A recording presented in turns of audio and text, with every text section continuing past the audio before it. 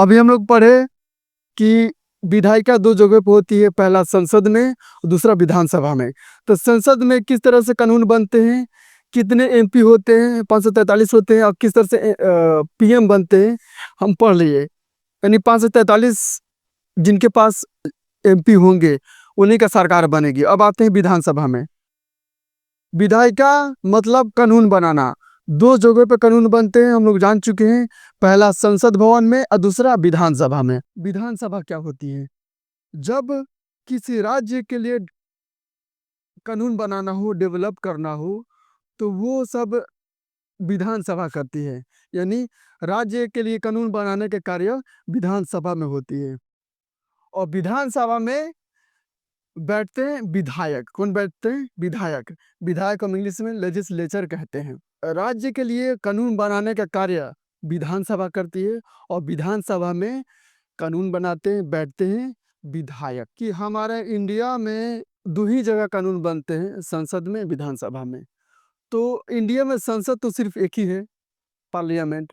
लेकिन विधानसभाएं कितनी होगी? हमारे देश में जितने राज्य होंगे उतने विधानसभा होंगे। ठीक है? जितने राज्य उतने विधानसभा। यानी इंडिया में कितने राज्य है? 28 राज्य। तो 28 विधानसभा होगा और 28 विधानसभा में विधायक बैठेंगे और उस राज्य के लिए कानून बनाएंगे। किस राज्य में कितने विधायक होंगे कैसे पता करें? किसी भी राज्य के विधानसभा के विधायकों के सदस्यों की संख्या उस राज्य के जनसंख्या के अनुसार ही निर्धारित की जाती है। फिर से समझते हैं। किसी राज्य के विधानसभा में विधायकों की सदस्यों की संख्या उस राज्य के जनसंख्या के अनुसार ही निर्धारित की जाती है। जैसे मान लीजिए कि हमारे बिहार में पॉपुलेशन के अनुसार 243 विधायकों की संख्या है। कितने हैं? 243। यूपी की बात करें तो यूपी में जनसंख्या बहुत ज़्यादा है। यूपी में विधानसभा के विधायकों के सदस्यों की संख्या 403 है। गुजरात में 182 है विधायकों की संख्या और महाराष्ट्र के विधानसभा के विधायकों की संख्या 188 है। चुनाव होंगे तो हम सभी को पता है कि संसद के एमपी द्वारा पीएम बनते हैं और विधानसभा द्वारा सीएम बनते हैं। विधायकों के मेजोरिटी के अनुसार सीएम बनते हैं और एमपी के मेजोरिटी के अनुसार पीएम बनते हैं। अब जिस राज्य में जब इलेक्शन होगा तो सभी संगठन के पार्टियां अपने अपने उम्मीदवार उस विधायकों के सदस्यों की संख्या पर उठाएगी।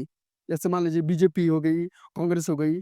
अब बिहार में इलेक्शन है तो 2 से 43 सीटों पे सभी संगठन के पार्टियां अपने अपने उम्मीदवार को एक एमएलए के रूप में विधायक रूप में उठाएगी। एमएलए बोले तो मेंबर ऑफ लेजिस्लेटिव असेंबली, विधानसभा के सदस्य को हम एमएलए कहते हैं। बिहार राज्य का इलेक्शन हुआ जिसमें से नीतीश कुमार बीजेपी में थे और पूरे बीजेपी के पास जो विधायकों की संख्या जीती हुई थी वो कितना थी? लगभग 200 के आसपास में। जिस राज्य में चुनाव होगा उस राज्य के निर्धारित एमएलए के सीटों पर सभी संगठन के पार्टी अपने अपने उम्मीदवार को उठाएगी। जैसे मान लीजिए कि हमारे बिहार में कितनी सीटें हैं? 243।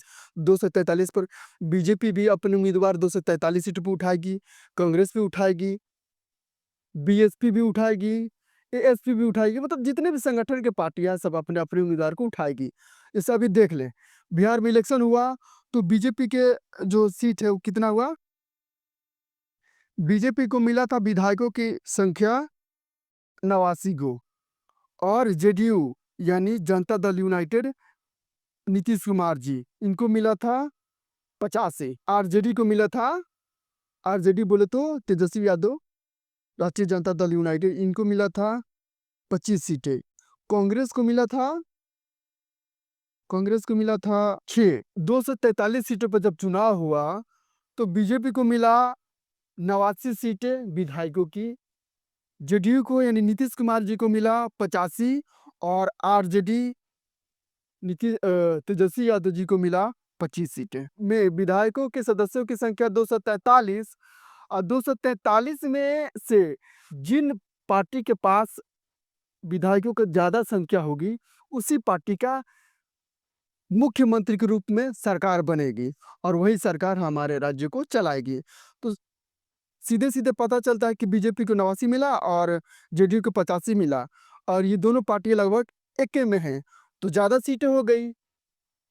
कितना हुआ? 9-5 14 8-8 16 117 174 मतलब कह सकते हैं कि जो सरकार जीती है उनके पास 200 के आसपास में सीटें मिली, इनकी सरकार बनी। तो आप समझ गए, कोई भी कन्फ्यूज़न हो तो हमें कमेंट बॉक्स से बताएँ कि यहाँ-यहाँ समस्या हुआ है। एक बार शॉर्ट में फटाफट जान लेते हैं। विधायिका 2 जगह पे होती है, संसद में होती है, विधानसभा में होती है। विधानसभा में कानून बनाने वाले को हम विधायक कहते हैं, एमएलए कहते हैं और किस राज्य में कितने विधायक होंगे, उस राज्य के पॉपुलेशन के अनुसार निर्धारित होगी।